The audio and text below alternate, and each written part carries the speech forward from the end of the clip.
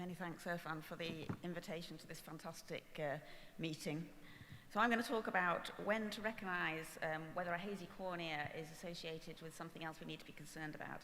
So as you know, corneal clouding in children has many causes, and some of them we've already heard about this morning. Some of them are quite obvious, such as anterior segment dysgenesis or congenital glaucoma, when the child has large eyes, watery eyes, and raised intraocular pressure and disc cupping.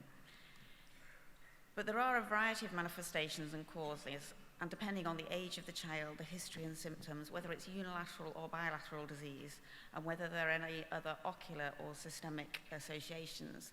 And so I'm going to talk in this presentation about how to recognize corneal disease that could be associated with a systemic condition, for example, that could affect the child's general health.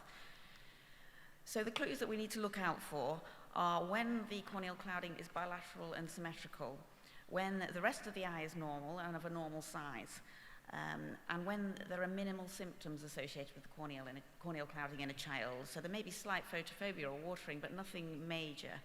The disc you would expect to be normal, and there may be refractive error, but it's more likely to be hypermetropia.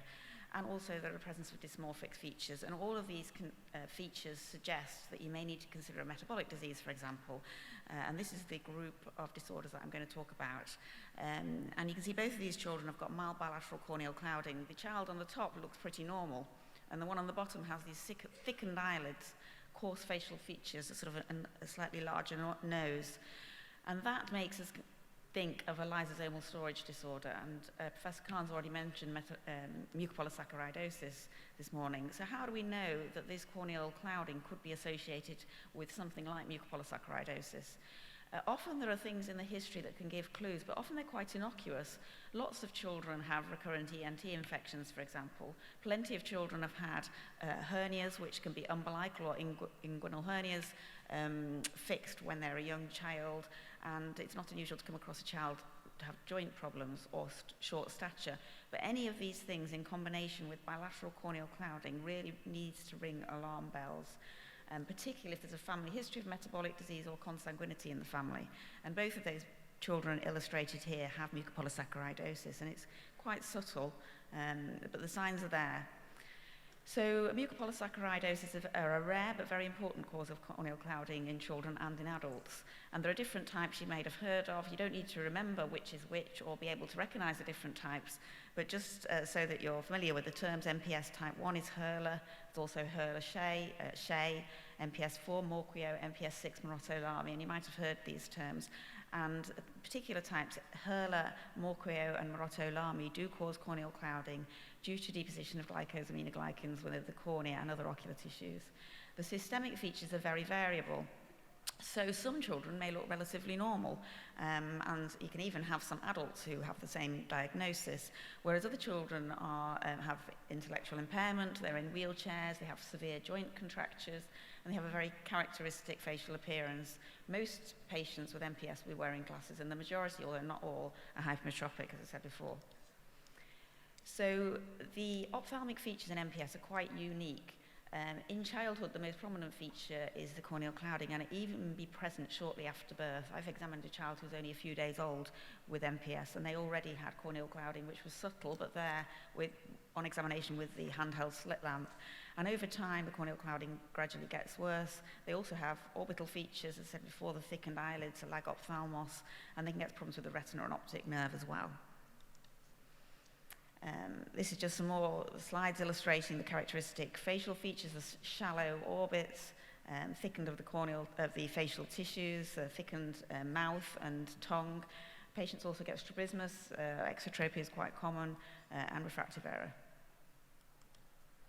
The corneal clouding is said to be like a ground glass appearance, so it's diffuse throughout the corneal layers and throughout the whole cornea.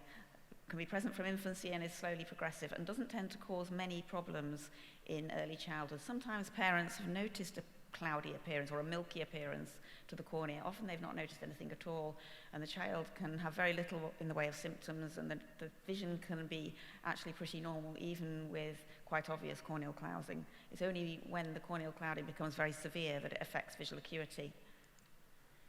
So someone mentioned already that as well as corneal clouding, the cornea becomes thicker and more rigid. And these two anterior segment OCT images are from patients with MPS. The top one is from a 6-year-old girl with MPS type 1 who we were investigating for the possibility of glaucoma, and her central corneal thickness was pretty normal, 550 micrometers or thereabouts, and towards the periphery of the cornea you can see that it becomes slightly thicker. So you can have a reasonably normal corneal thickness, but the bottom image shows a child with MPS type 6 who was about 10 years old, had extremely cloudy corneas, as you can see there at the bottom, and the corneal thickness was over 1,000 micrometers. And because of this, and the deposition of the gags within the cornea also has increased rigidity. So that means that our usual techniques of intraocular pressure measurement are not accurate. So eye care tonometry often massively overreads in these patients, as does Goldmann tonometry, but particularly with the eye care, for example, and it can be extremely difficult to tell whether they have glaucoma or not, particularly if you can't see the optic nerve.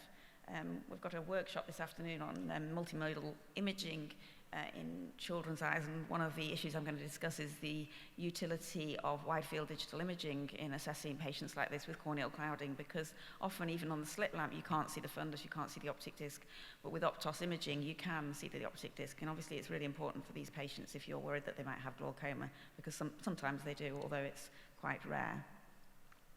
So why is it important to recognize these conditions at an early stage? And that's because there are treatments which have massively improved the prognosis, quality of life and lifespan for these patients.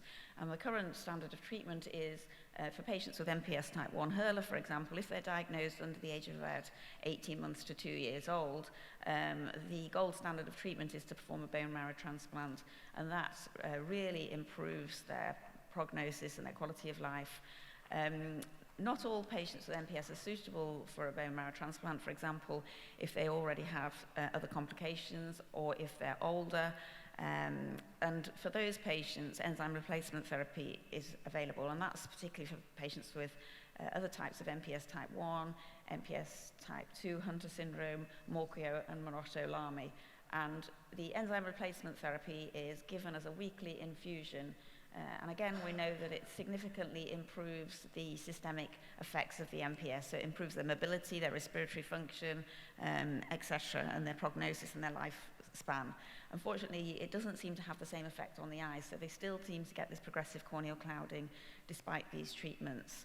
And so it's absolutely crucial not to miss this diagnosis, because you'll be depriving your patients of a life-changing treatment if you don't make the diagnosis. So this case is just an example about how these things can be missed. So this was a patient who was born in 1989 who was seen at Manchester Children's Hospital from the age of 14 with scoliosis, and they had multiple spinal operations, and they also had hearing problems, and they had bone-anchored hearing aids. And in 2007 they were referred to the ophthalmology clinic, Manchester Royal Eye Hospital, and this doesn't put us in a particularly good light, but I think this is something that could happen in any adult ophthalmology clinic. He had mildly reduced visual acuity, and he was seen by a junior doctor who noted in the notes that it was difficult to examine him because he had scoliosis and photophobia, and this patient was very light sensitive. He was given artificial teardrops, and they thought he might have a corneal dystrophy, and so he was they thought they'd just follow him up every 6 months or so.